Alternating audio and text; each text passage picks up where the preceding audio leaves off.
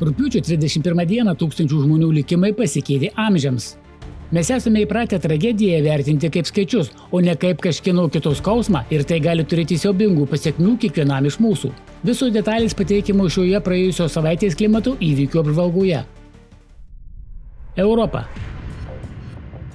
Atogrąžų uraganas Erinas, pasiekęs 5 kategoriją Atlanto vandenyne, vėliau virto vienu galingiausių ekstratropinių ciklonų per pastaruosius dešimtmečius.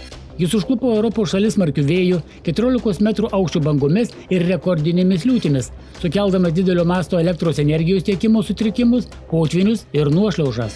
Rugpjūčio 28 dieną ciklonas į Prancūzijos Korsiko salą atnešė galingą perkūniją su kruša. Dėl intensyvių kritulių matomumas kartais sumažėjo iki 0.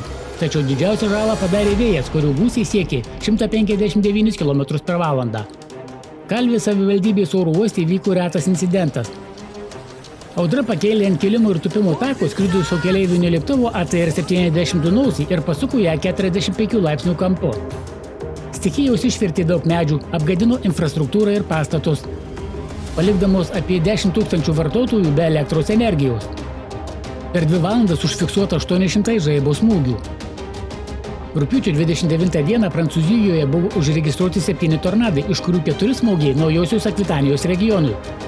2 iš jų pasiekė IF1 stiprumą, padarydami didelę žalą pastatams, medžiams ir pasėliams. Italijoje smarkiai nukentėjo Lombardijos regionas. Būsto Arsizijos savivaldybėje iškrito daugiau nei 100 mm kritulių, dėl kurių kilo potvyniai. Vereto savivaldybėje, Pavijos provincijoje, tornadas sunaikino saulės elektrinę su beveik 12,5 tūkstančių plokščių, palikdamas miestų dalį be elektros. Tornadas nuplėšė namų stogus, o 100-metis medis nuvirto ant kelio, blokuodamas eismą. Audrų pasekmės buvo juntamos ir Tretino Alto-Adigės regione. Riva del Grandos mieste žaibas trenkė į gyvenamąjį namą, sukeldamas gaisrą ir apgadindamas dujų vamzdžius, dėl ko teko evakuotis 9 šeimoms. Audra atnešė niokojančią krušą į Piemonto regioną. Teritorijoje tarp Ivrėje ir Pavone Kanavėse dėl 7-8 cm skersmens ledo krušos gabalų 10 automobilių buvo aplamdyti ir išdaužyti stiklai. Smarkiai apgadinti stogai ir langų rėmai, sudaužyta daug fotovoltinių plokščių. Laimė rimtų sužalojimų nebuvo, tačiau gyventojų sukrėtė stichijų galia. Ciklonas paveikė ir kitas Europos šalis. Airijoje ir Didžiojoje Britanijoje jis atnešė uraganinio stiprumo vėjus, vietomis viršijančius 160 km/h. Vakarų Alpėse, centrinėme masyve ir Šiaurės Ispanijoje per 48 valandas iškrito 200 mm kritulių, kurie sukėlė nuošliaužas ir potvynių pavojų. Baltijos šalyse ir Suomijoje ciklono Erinas likučiai sukėlė ilgalaikius audros bangavimus palei Baltijos jūrą. Vandens lygiui pakilus nuo 1 iki 1,5 metro virš normos. Balkanuose, Vengrijoje ir kai kuriuose Italijos dalyse temperatūra buvo 80 laipsnių Celsijaus aukštesnė už normą. Ir tai tapo vietiniu vėlyvos vasaros rekordu. Ciklonas pasiekė net vidurio ir rytų Europos šalis.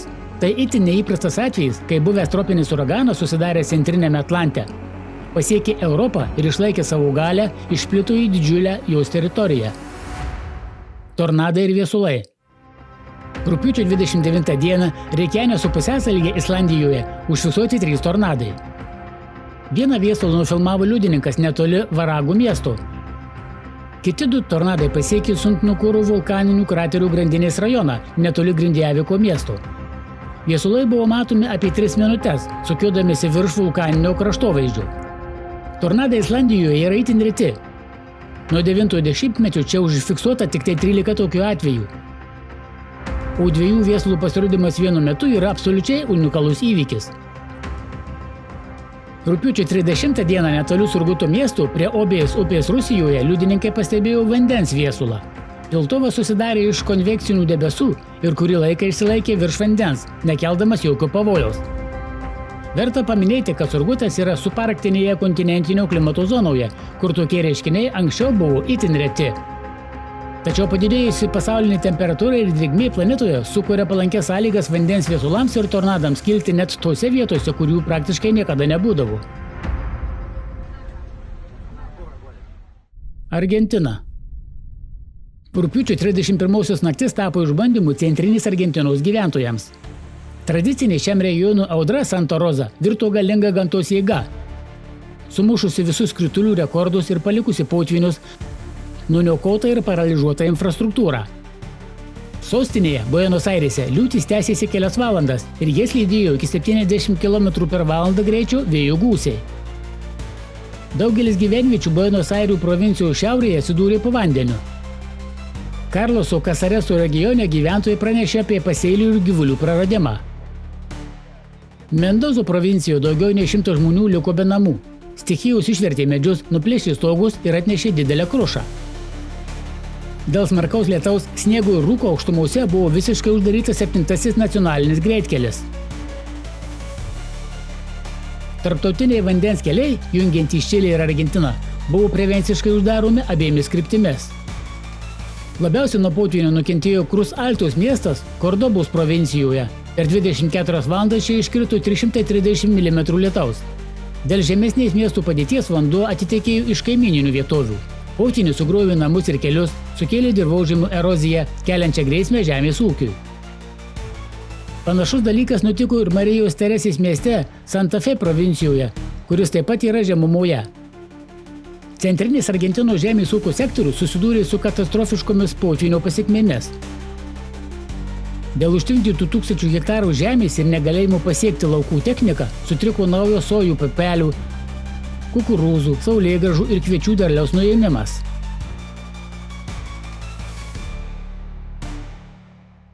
Afganistanas. Rugpjūčio 29 Afganistano Nangarharo provincija užklupo smarkios liūtys, sukeldamos staigius potvynius. Nukentėjusiuose vietovėse buvo sugriauta 10 namų, apgadinti keliai, užtvankos ir vandens kanalai, sunaikinta 1000 hektarų žemės ūkio paskirties žemės. Pingaro rajone po nuo lietaus įgriuvusių namo stogų žuvo 2 mergaitės, o dar 3 jų šeimos nariai buvo sužeisti. Iš viso nelaimė provincijoje nusinešė 5 žmonių gyvybės. Vėlyvą rugpjūčio 31 dienos vakarą rytinės Afganistano provinciją supurtė galingas 6 balų žemės drebėjimas. Jo epicentras buvo maždaug 27 km nuo Džalalabado miesto, o židinys buvo vos 8 km gylyje. Šalyje žuvo daugiau nei 2200 žmonių, o daugiau nei 3300 buvo sužeisti. Per kitas 2 dienas buvo užregistruota mažiausiai 10 pakartotinių smūgių, kurių balos siekė 4 ir daugiau. 3 iš jų viršijo 5 balų magnitudę ir įvyko negiliame iki 11 km gylyje. Pasak vietos gyventojų, jie galutinai sugriovė namus, kurie pagrindinių smūgių metu buvo tik iš dalies apgadinti. Daugelis kaimų virto griuvėsiais, buvo sunaikinta daugiau nei 6700 pastatų. Pasiekti kai kurias labai nukentėjusias vietovės buvo neįmanoma. Siaurus kelius užblokavo uolų griūtys ir nuošliaužos, o sudėtingas regionų reljefas apsunkino pagalbos tiekimą. Nukentėjusiai sraigtasparniais buvo gabenami į netoliese esančias ligonines.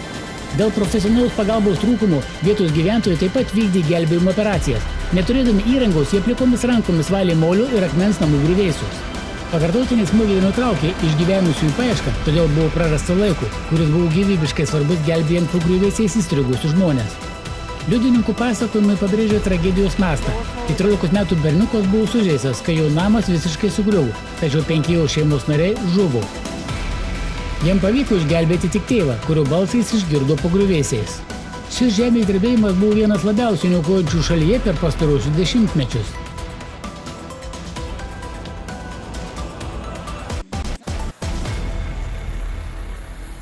Sudanas.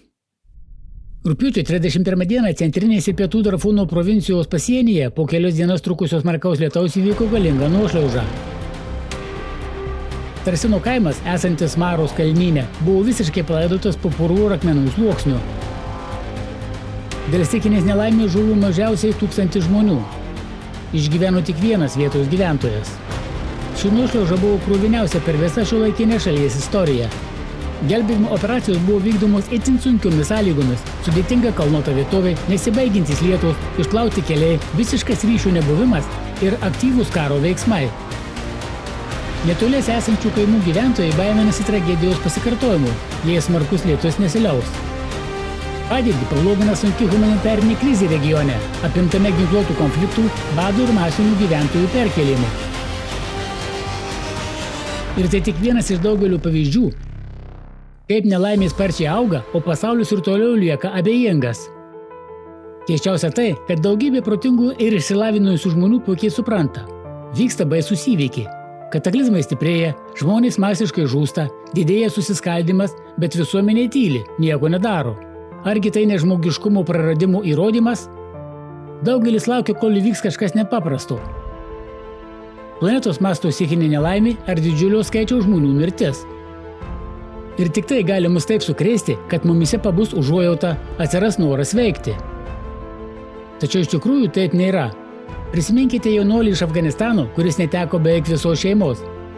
Kai matome vieno žmogaus tragediją, kyla užuojauta, tačiau kai kalbama apie tūkstančius aukų, tai suvokiama kaip sausa statistika. Empatija išblėsta, o vietoj jos įsijungia baimė. O kas, jei ir aš žūsiu? Taip veikia žmogaus psichika. Ir kuo giliau pasineriame į klimato katastrofų erą, tuo mažiau užuojautos daugumai žmonių sukelia masinės aukos. Empatija pamažu silpnėja, o savanaudiškumas ir baimė dėl savo gyvybės priešingai didėja. Jei neturime poreikio padėti kitiems, reaguoti į kito nelaimę, tai aplinkiniai reaguos lygiai taip pat į mus. Dėl to rizikuojame atsidurti visuomenėje, kurioje visi gyvena išskirtinai savo, kur žmonės pasirengia atimti paskutinį iš pagyvenusių žmonių ir vaikų, kur žmogaus gyvybė nieko neverta. Bet ar kuris nors iš mūsų nori vieną dieną atsidurti sunkioje ir net kritinėje situacijoje visiškai vienas, be palaikymo? Planetoje yra daug žmonių, kurie stengiasi gyventi pagal savo sąžinę. Tačiau dauguma jų yra neaktyvūs, patenkinti savo mažu pasauliu, kuriame užmezgė gerus santykius su artimaisiais, sukūrė harmoniją su gamta ir rado savo ramybę. Tačiau kol kiekvienas užsidarė savo jaukioje erdvėje, visas mūsų bendras pasaulis dėl mūsų abejingumo toliau ritasi į bedugnę. Šiandien į pirmą planą iškyla klimato problema. Kol žmonės nesuvoks jos mastų ir realios grėsmės, jie negalės atsisakyti dirbtinai jiems primestų susiskaldimų ir konfliktų. Norint pakeisti situaciją, mes turime aktualizuoti problemą visoje visuomenėje, o tai įmanoma tik tada, kai patys žmonės pradės apie tai kalbėti. Neturėtume tikėtis pokyčių iš kažkokių mažų žmonių grupių, ar tai būtų politikai, religiniai veikėjai ar nuomonės formuotojai. Ateitis priklauso nuo visų, kuriuose dar gyvas žmogiškumas.